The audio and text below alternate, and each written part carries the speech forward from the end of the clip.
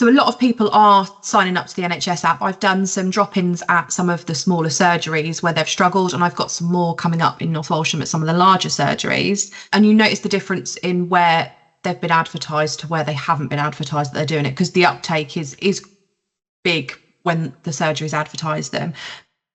So the surgery that I was at, they often had people sort of come into the waiting room where there was a dedicated space set up for things like that. And every day there would be multiple people coming in who sort of needed help setting it up or how to do something. There are lots of reasons people aren't online. Some of it is lack of confidence with using devices. Some of it is poverty. Broadband is the first bill to go if you're struggling with your bills. Some of it is connectivity.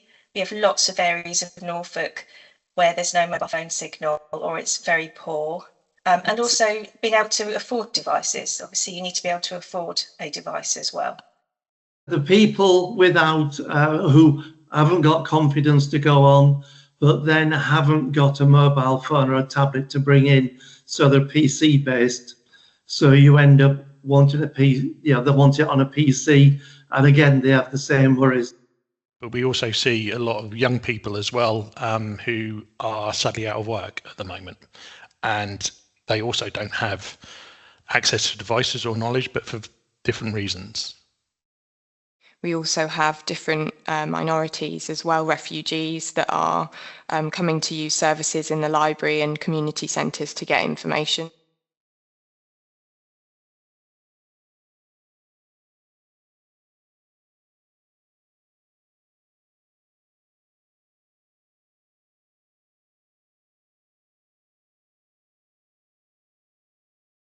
I had one lady at a drop-in session that I'd done over in Stalham, a lady that was caring for her mum. So she had access to her mum's records.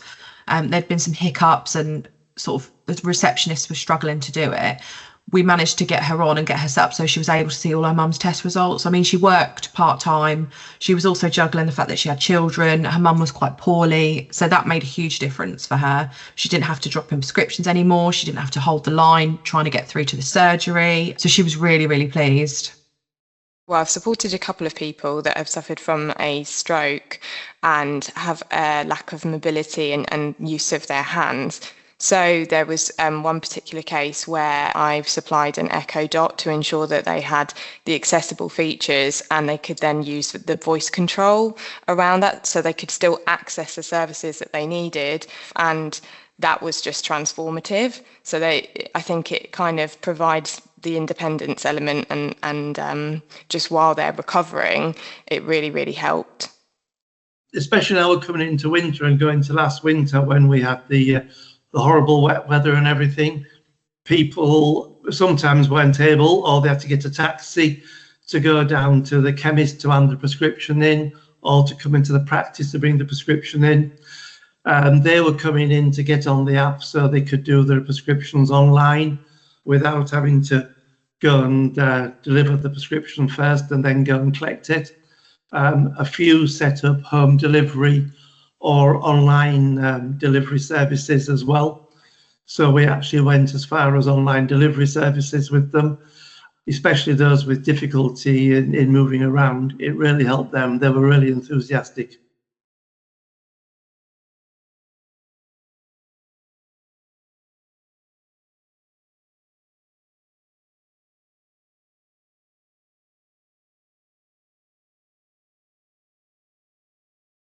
I think it can be helpful when done right. I mean, taking the NHS app for an example, it's really helpful being able to access my records, but my current surgery doesn't allow you to book on it, which is really frustrating. So having to call up and sort of deal with a queue that's sometimes sort of an hour long sort of defeats the point of having the app.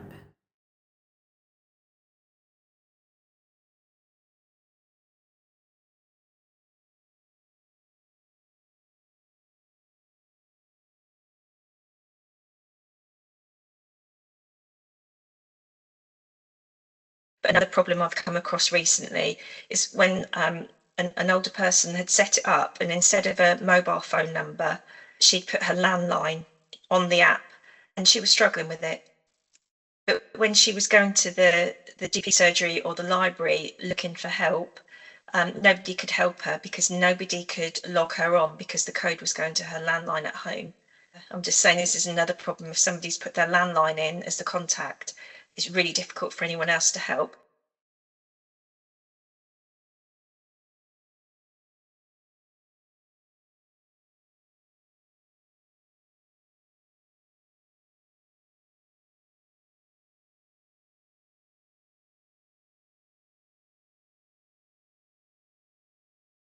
I have also seen there's been a few residents that have moved and have found it very challenging once they've moved address and changing to, a different kind of surgery, that they have found it very challenging to update the NHS app. And that's happened a few times. So I think it's just making sure that, yes, if they've managed to get onto the NHS app or they've got support from us to do that, if their circumstances change, that's where the confusion can come in. A lot of the people don't have a form of ID, so they don't have a driving license, they don't have a passport because they've never needed one. Once you get over the device barrier, then you've got the ID barrier, and then once those are overcome, then it's a breeze, and it's a fantastic tool.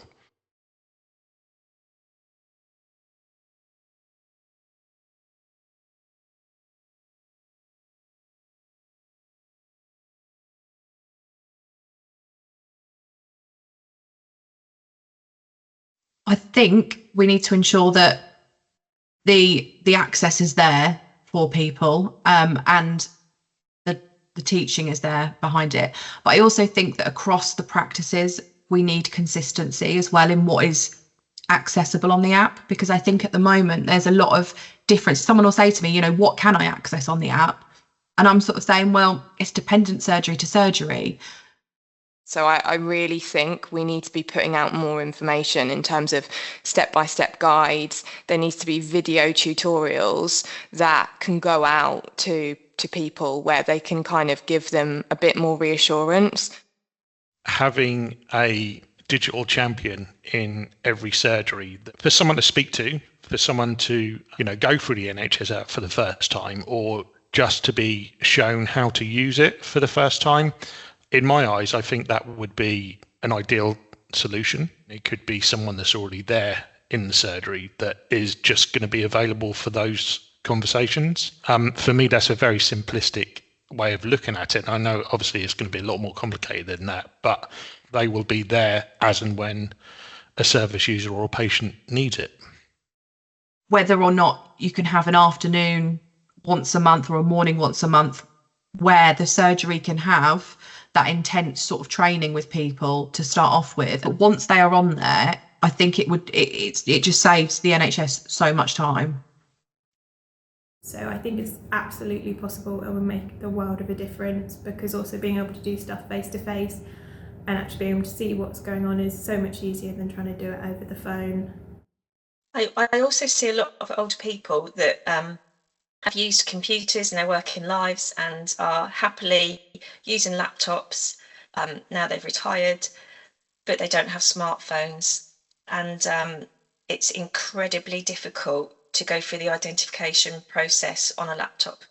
So where I've sat with people doing that, I've actually had to, rightly or wrongly, set them up on a different device, on like a spare device I have, and then they can just log into it on their laptop, if you get what I mean. But to go through that ID process on anything other than a smartphone or tablet is just about impossible.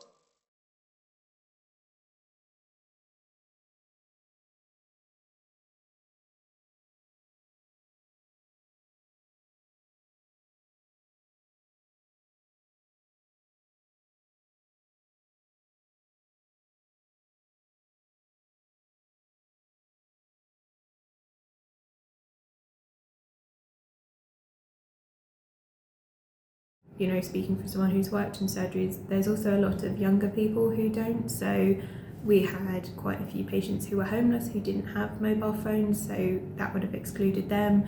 Some with severe mental health problems who for various reasons didn't use technology, people with sort of learning disabilities. And I think that having digital technology can be fantastic to include a lot of people, but there are always going to be people who are excluded, and it's making sure that there is other options and that it's just not replacing what we currently have.